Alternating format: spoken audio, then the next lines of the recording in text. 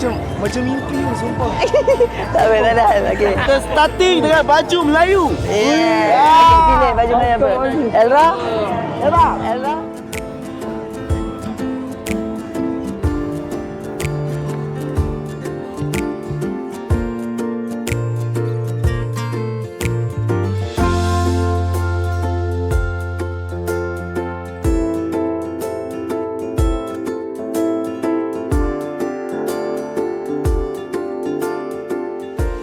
Terima kasih.